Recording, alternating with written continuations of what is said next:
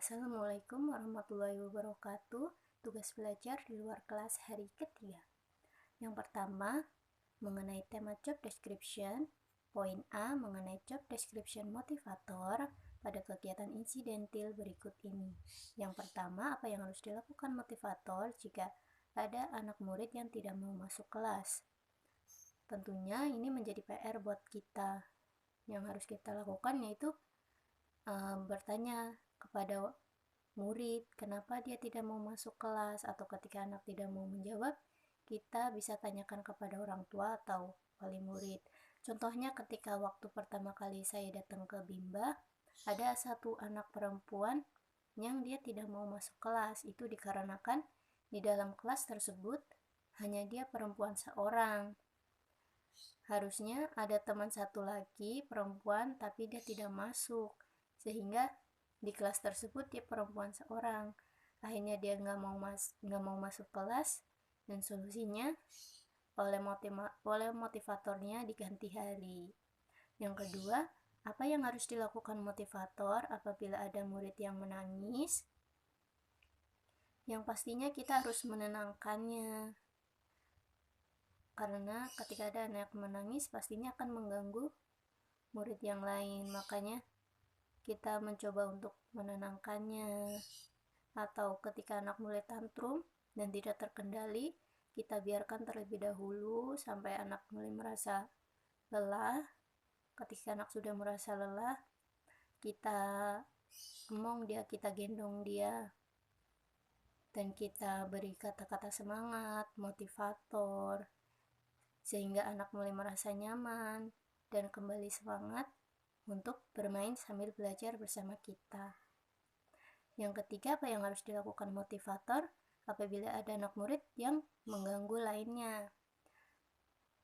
Yang pastinya kita harus alihkan perhatian dia. Kita ajak anak yang mengganggu ini, kita ajak ngobrol, atau kita ajak beri sesuatu hal yang dia sukai. Kita juga bisa memberi nasihat seperti, Kakak Dapin kalau mau ngajak Kakak Ray main, boleh nanti sepuasnya, tapi setelah kegiatan sudah selesai ya, seperti itu. Nomor 4, apa yang harus dilakukan motivator apabila ada anak murid yang melamun?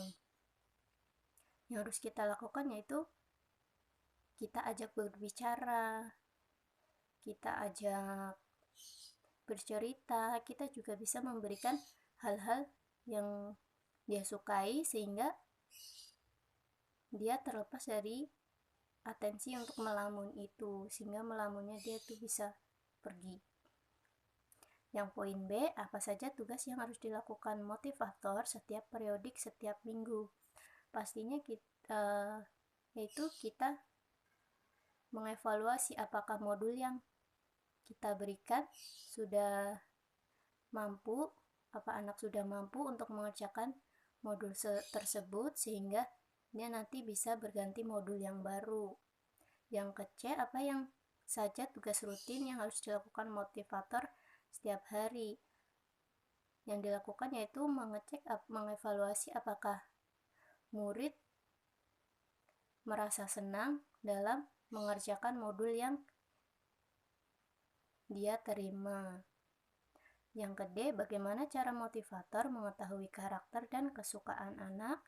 Yaitu pastinya dengan cara menerapkan metode small step system dan individual system, yaitu secara bertahap sesuai dengan kemampuan dan kemauan anak dan sesuai dengan individu karakter masing-masing anak.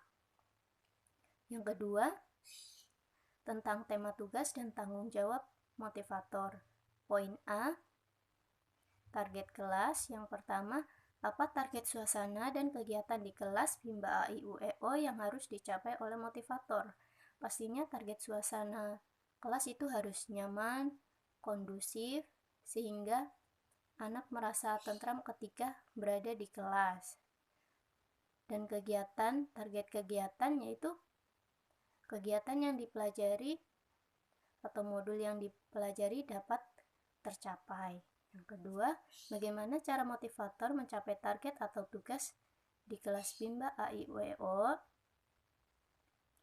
Yang pastinya untuk mencapai target, kita mengevaluasi terlebih dahulu apakah anak sudah mampu, yaitu contohnya ketika kita bilang BIRU, terus anak menjawab biru, berarti anak sudah mampu. Kalau anak belum mampu, maka kita harus mengulanginya lagi sampai anak mampu.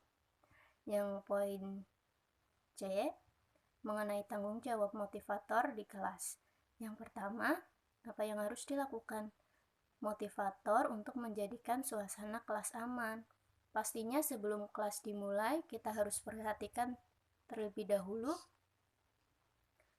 kelas apakah ada benda-benda yang berbahaya atau setidaknya yang dapat membahayakan, kita dapat singkirkan terlebih dahulu. Yang kedua, apa yang harus dilakukan motivator untuk menjadikan suasana di kelas nyaman?